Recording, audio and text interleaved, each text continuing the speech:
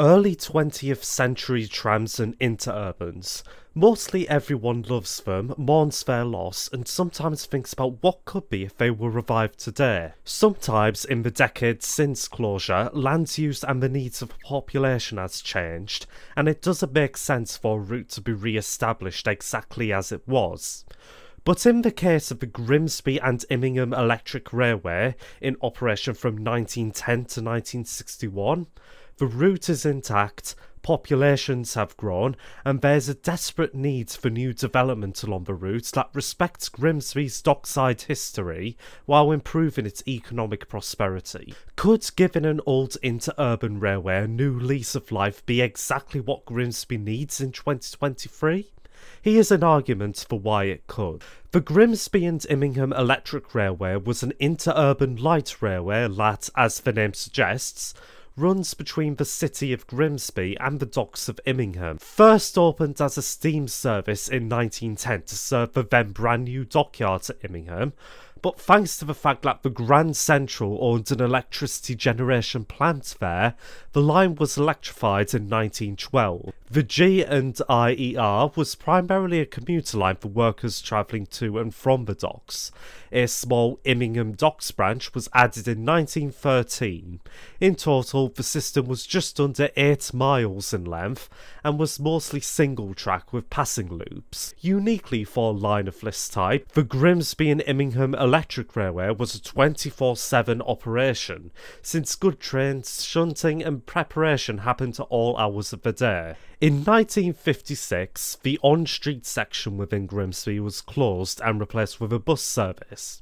As a direct road connection to the docks was being built, the line fully closed in 1961. Although it's easy to mourn the loss of an electric interurban service anywhere, I think it's also important to acknowledge that the system as it existed in the early 20th century would not be suitable for exact replication today, largely due to where the system chooses to terminate. At Immingham, trains terminated at this spot just outside the town. I think asking the good residents of Immingham to walk all the way out here just to catch a tram to Grimsby is a bit of a tough ask, and this would be something that the service today would have to address. A similar thing happens on the Grimsby side of the line, where it terminates here, just separated from the main residential and commercial area of Grimsby by the Corporation Bridge. Undoubtedly, if this service were to still exist today, it would need to have been expanded further into the town centres in order to have a better chance of actually attracting passengers. So with those issues in mind, what could a revived Grimsby and Immingham Electric Railway bring today? Let's go into a little exploration of land use and transit-oriented development. This is Grimsby city centre. At an area of about 183,000 metres squared, this area contains an indoor shopping centre, a high street, many businesses and eateries. This is quite a good town centre for my money, and it's all within a relatively compact area, given the amount of use it has. Not far from the city centre, here is a big box Asda store.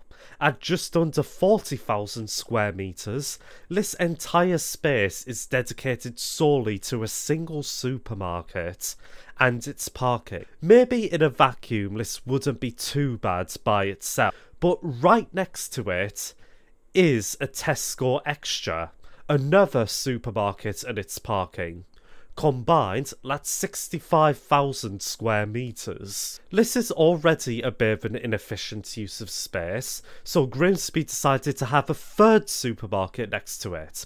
This Sainsbury's, which in total takes up 90,000 square metres.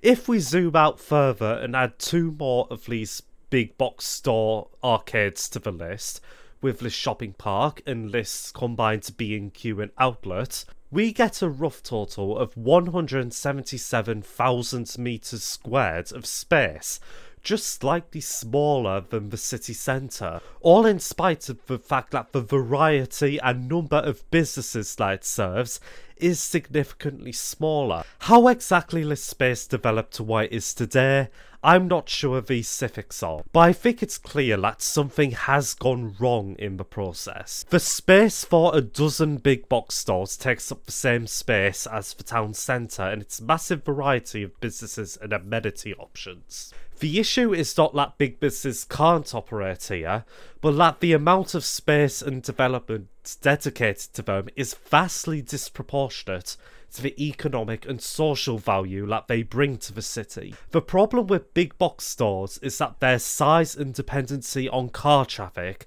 basically makes it impossible for smaller and more locally owned businesses to take advantage of their anchor effect.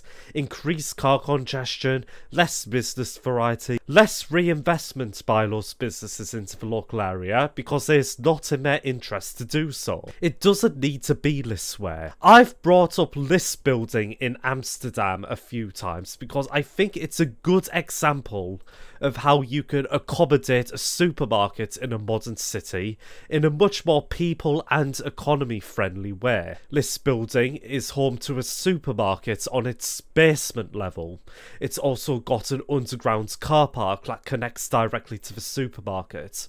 On ground level you have space for restaurants and smaller businesses, and built above it is dozens of apartments for people to live in. The overall space dedicated to list building is just under 3,000 square meters. And here is what that building would look like placed in the car park of that big box Asda I mentioned earlier. Just imagine if all the space dedicated to these big box stores were instead dedicated to these kinds of medium-rise mixed-use developments. I think Grimsby and its residents would be massively better off as a result of it. It works for everybody.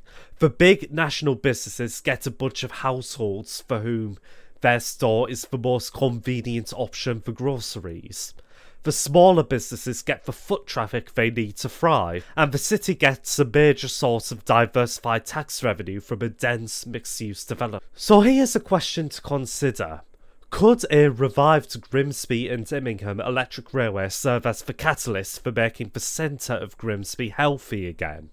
We built the tram encourages new, denser housing and commercial opportunities on the currently inefficient lands around it. The tram basically pays for itself thanks to all the new revenue from those developments. I think it's worth considering. So with all that in mind, here is what I think the modern Grimsby and Immingham electric railway should look like. Fun fact, in the 1960s, Immingham had a population of around under 5,000. Today, its population is 10,000. That's a lot of potential trips for a convenient service straight to the adjacent city centre, especially if new homes and businesses are encouraged to set up shop next to the line. This new system is designed to focus on that inter-urban connection, but I also don't want to underrate the ability for this service to return workers to the docklands as well. I think a system of request stops along the route, as is typical for many tram systems, will allow for stops at these industrial areas to exist while respecting the highly variable amount of use they'll see throughout the day. The line along the classic route should be rebuilt.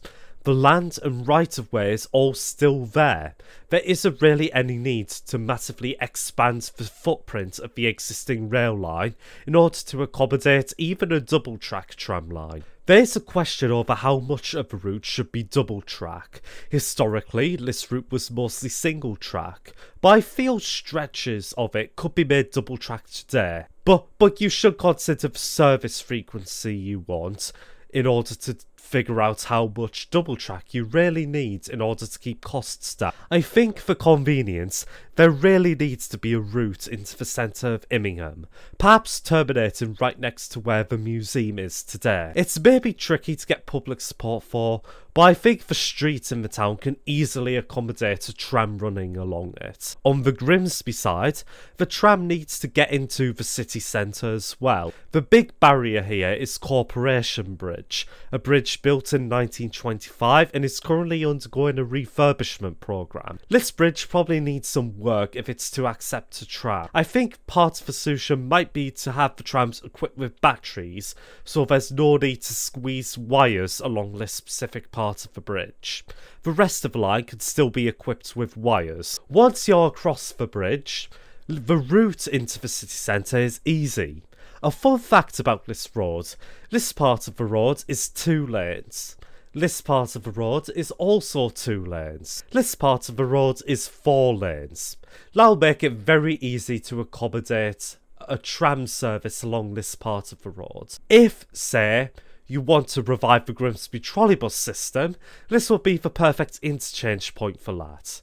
Regardless, this is still the ideal transfer point between buses and tram for people heading to Cleethorpes or to a Grimsby Town football game. Once they go into the city centre, it should recreate the old trolleybus loop and start its return trip to Immingham. For rolling stock, a modern low-floor tram that can go relatively fast on the off-street section would be desirable. I think this service can be served by relatively short trams.